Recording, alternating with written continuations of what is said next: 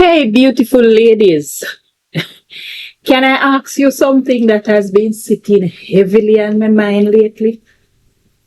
Not because I have the answers, but because I'm honestly trying to figure it out for myself. Is marriage still worth it after 50? I'm not talking about when you are 25 and dreaming about white dresses and baby and growing old together. I am talking about now. After life has happened, after you have loved, you have lost, you have been disappointed, been betrayed, you finished raising your children and you are proud of them. You have paid all the bills you can think of in your life. You bury people you love.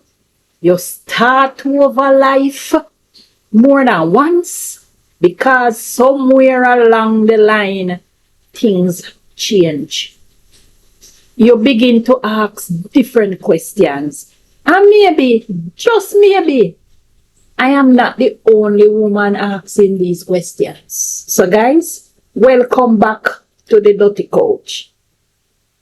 Come sit down beside me, hold a seat, and make we talk about it. When I was younger, marriage felt like the ultimate destination.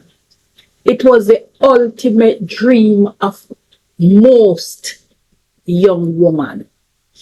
You meet somebody, you fall in love, you get married, you build a life together. That was the dream. Nobody really prepared us for what happened when life doesn't follow the script. Some marriages last, some don't. Some people lose their partners.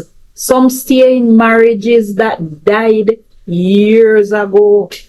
And some of us walk away to save our sanctity and preserve our dignity. And then there are those of us who found ourselves standing alone and wondering, what next? Now what? I remember thinking that if my marriage ended, I would never make it because my husband was my world. Yet, here I am, years later, still standing, still laughing, still paying my bills, still solving my own problems, still driving myself wherever I want to go, still making my own decisions, still enjoying a cup of coffee by myself, still taking myself out when I feel like.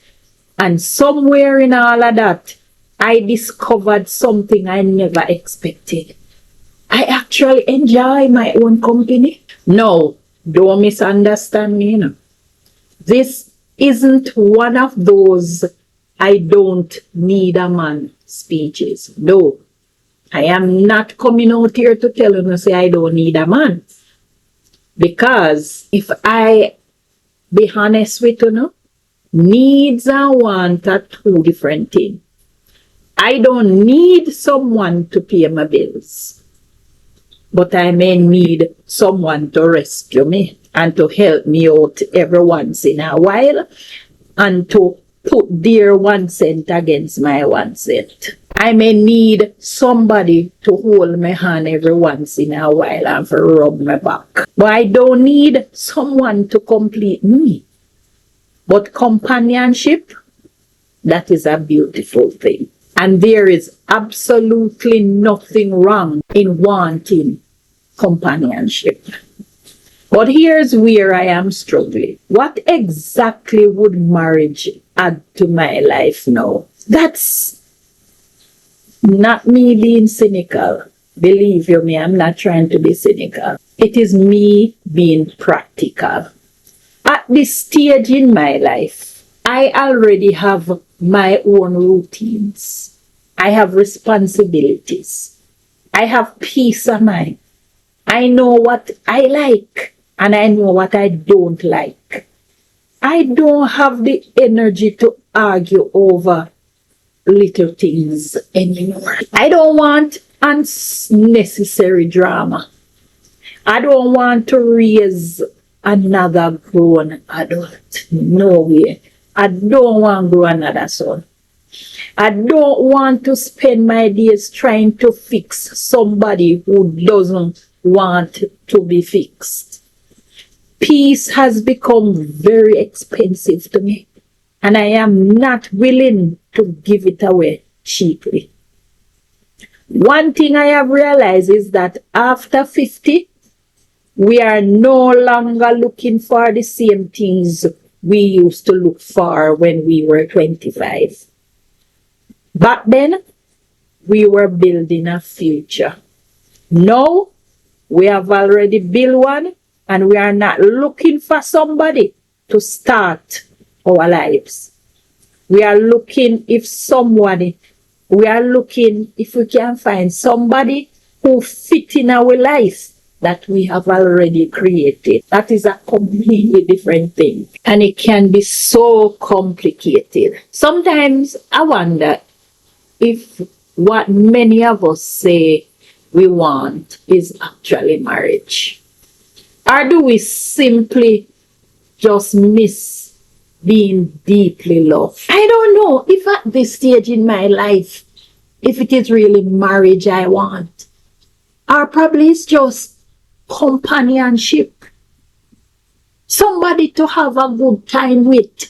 Sexual pleasures. And when we finish, you go your yard and me stay mine. Probably just that. Companionship. Somebody to feel the way. Or do we simply just miss being loved?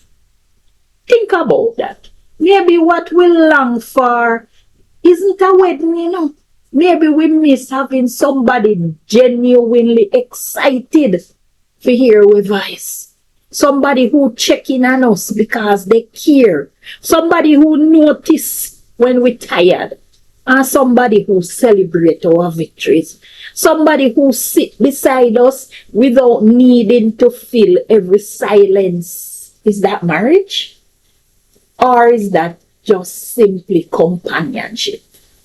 Because those, because sometimes I don't think they are the same thing, you know. I think after 50 we can survive without a marriage. Sometimes all we need is just companionship. And I want to be fair.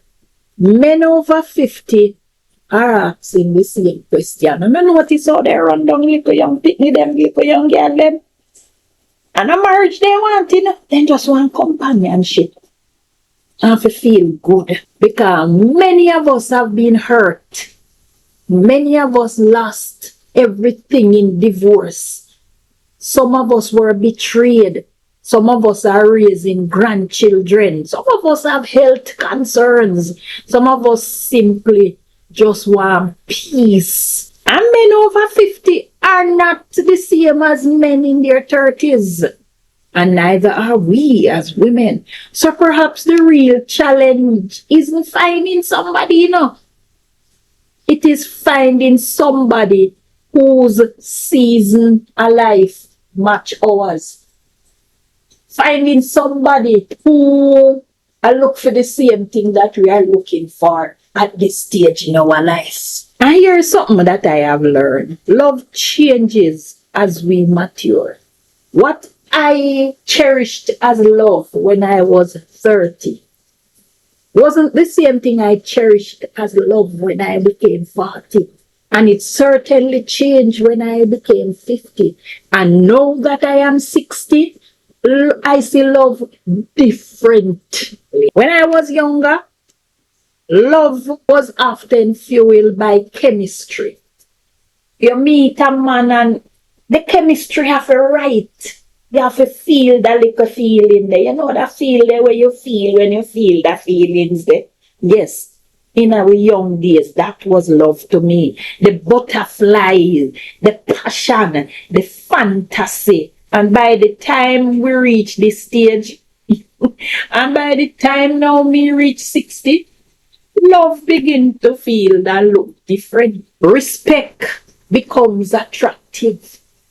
Consistency becomes attractive. Kindness becomes attractive. Emotional maturity becomes attractive to me.